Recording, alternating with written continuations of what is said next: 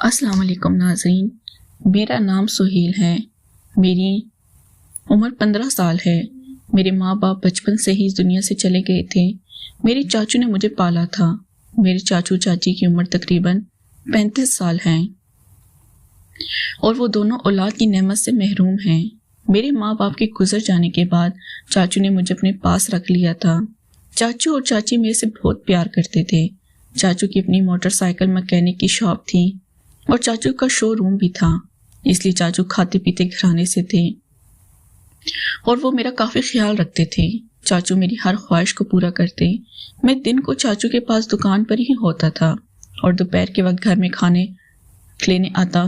چاچو گھر کا کھانا ہی کھاتے تھے کیونکہ چاچو کو معدے کا مسئلہ تھا اور وہ ہوٹل کا کھانا نہیں کھاتے تھے۔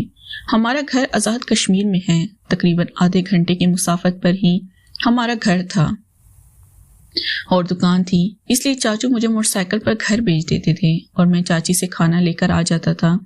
چاچی مجھے کئی بار کہتی کہ تم مجھے ماں ہی کہا کرو کیونکہ ہم تمہارے ماں باپ ہی ہیں، لیکن میں نے چاچی کو کبھی بھی ماں کہہ کے نہیں پکارا تھا کیونکہ میری چاچی بہت خوبصورت تھی اور میں اس پر فدا تھا، اس لیے میں نے کبھی بھی چاچی کو ماں کا درجہ نہیں دیا تھا۔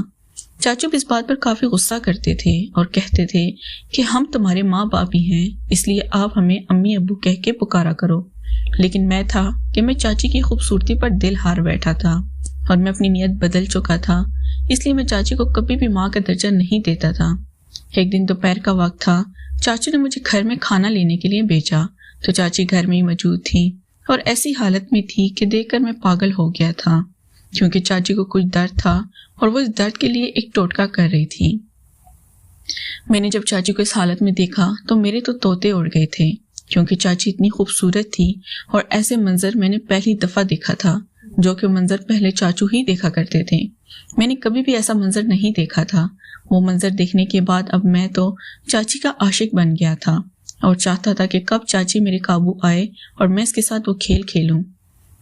ایک دن جمعے کا دن تھا اور جمعے کے دن مجھے اور چاچو کو دکان سے چھٹی ہوتی تھی اور ہم دونوں گھر پر ہی موجود ہوتے تھے۔ چاچو کہنے لگے مجھے کوئی کام ہے اور آج میں کام پر جاؤں گا اور تقریباً 2 دن بعد ہی واپس آؤں گا۔ چاچو کی یہ بات سن کر تو میں خوش ہو گیا تھا کیونکہ اب چاچی میرے پاس ہی رہنے والی تھی اور میں اپنی مرضی کر سکتا تھا۔